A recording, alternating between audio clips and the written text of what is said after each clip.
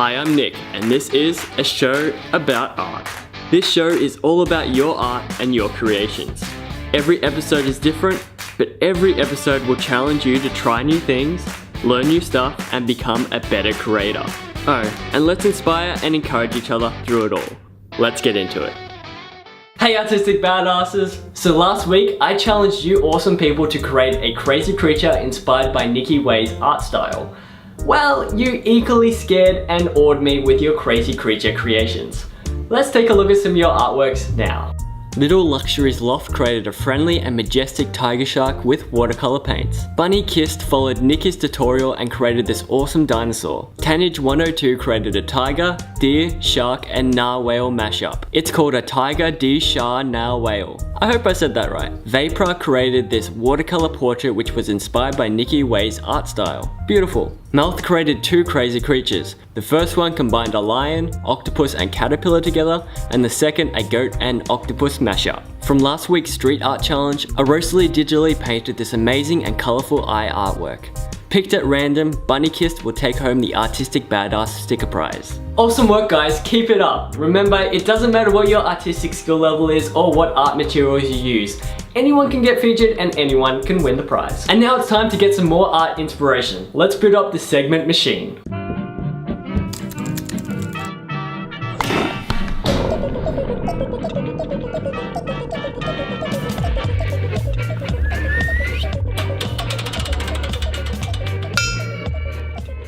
It looks like we'll be doing a tutorial / experiment this week. I've never created an all-over t-shirt print pattern before, so let's learn how to do it together. For an example of an all-over t-shirt pattern, take a look at this reoccurring ice cream pattern I made using the 10-minute drawing challenge from episode 3. We're going to approach this experiment by making a reoccurring pattern. So we'll be drawing a lot of different objects and putting them together to make a cute pattern. If you want to follow along with this experiment / tutorial, you can draw a lot of objects traditionally or digitally. It doesn't really matter, it's up to you. But if you do paint traditionally, you're going to need a good quality scanner or camera, and you'll also need Photoshop or a free editing software like Paint.net or GIMP. For my all over print, we're going to be painting a few ice creams, trees, seashells, mushrooms, and lightning bolts. Pretty much anything that I come up in my head while I'm drawing. I'm not really too sure on which objects will look the best with each other at this stage, but we shall find out pretty shortly. I'm going to be using watercolors to paint this all in and then using a Sharpie and fine liner for the line work. Watercolors are pretty easy to use, but it can be hard to start with them sometimes. They can be a really inexpensive art material. My set cost me about $8 from the $2 shop, and there's not much of a difference between cheap watercolor sets and more expensive ones, at least that I have noticed. For these small little artworks that no one's ever gonna keep, no one's gonna hang this up on their wall. It pretty much only serves the purpose of this tutorial, so for this it's perfect. I've actually made a tutorial on how to use watercolors before in the past. So I'll leave a link to that in the description below, and maybe we'll revisit this in the future episodes. So it was pretty fun drawing these things, and I of course sharpened it up with the fine liner. Now that our assets have been created, we're going to take a picture of them or scan them and then import them into Photoshop, GIMP, or Paint.net. I'm using a 40" by 40" canvas, which should be enough for our pattern design. The first thing I'm going to do with all these scans is to delete all the white empty space by using the wand tool. I'll also be using the eraser tool to clean up some of the mess left behind by the wand tool. Because we have so many assets on screen, let's spend a few moments to organize them a little. I'm using the selection tool to evenly spread them across the screen. Now that we can see them all, I'm thinking we can divide these assets into a few pattern designs based on themes. We have a beach theme, forest theme, ice cream theme, and a leaf theme possible. I used the ruler function on Photoshop to organize them according to theme in a 3x2 grid formation. To make them look even better, I also adjusted the size of the objects to fill more of the grid box spaces. You could also import a picture of a grid from Google Images and put it on a separate layer for the same effect. The process of scanning loses a lot of color quality, so let's use a hue and saturation layer adjustment to bring some of it back. Using the levels adjustment layers will also ensure the color will pop dramatically. Let's test out our adjustments by experimenting with a few background colors. Looks good. Now we have the choice to save this pattern as a PNG file in this hand-drawn form and upload to Redbubble, or we can spend a little more time perfecting the line work with Adobe Illustrator. To see the difference between unrefined and refined line work, I've left a link to episode 2's t-shirt tutorial in the description below. I think the cleaned up line work might look a little bit better than the original line work. Let's start with this beach pattern and duplicate the pattern into 2 layers.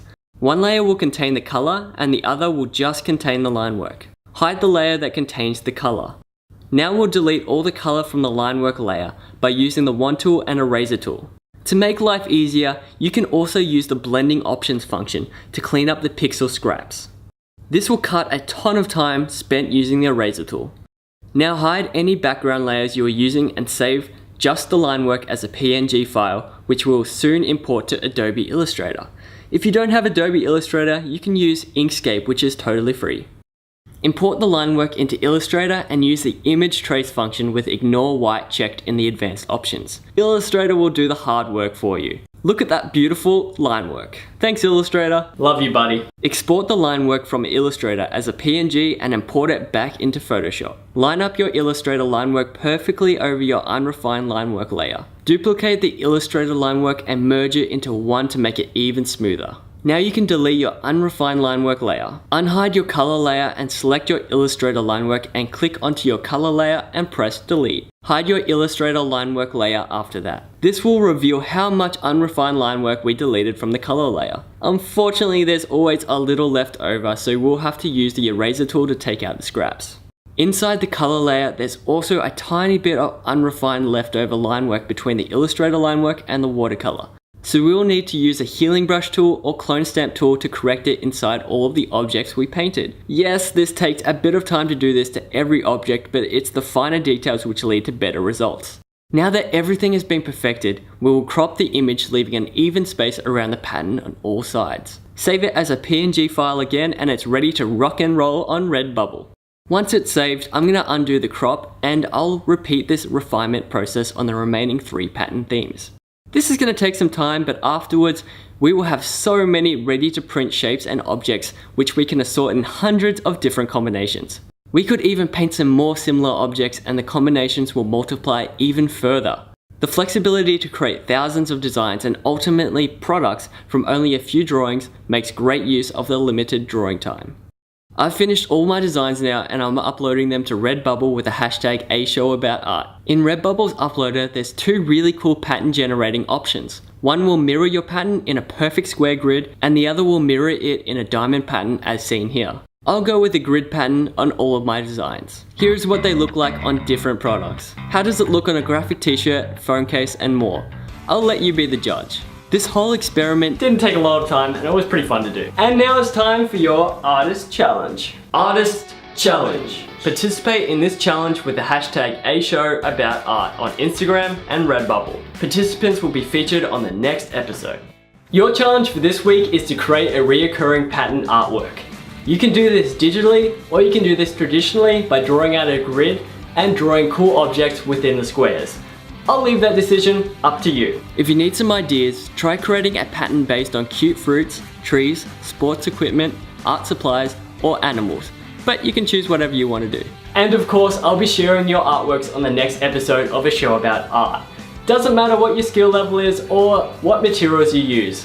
Everyone can get featured and everyone can win a prize. Just use the hashtag #AShowAboutArt on Instagram and Redbubble so I can see it. I can't wait to see what patterns you come up with next week. Thanks for drawing with me, and goodbye for now, but not forever. Check this out, this about dreams, patterns I carved out, materials given, I could've written my heart out, and God is dark now. I guess I gotta illuminate. So many people dying or in the can, seeing that tuna fake. To be frank, some duke it out, worlds accumulate. Assuming they ain't trained for this. Nah, corrupt data on the blank is this. Not what you think this is, I'm what you can't dismiss. Kiss the sky when I wake, cause it could've been my way.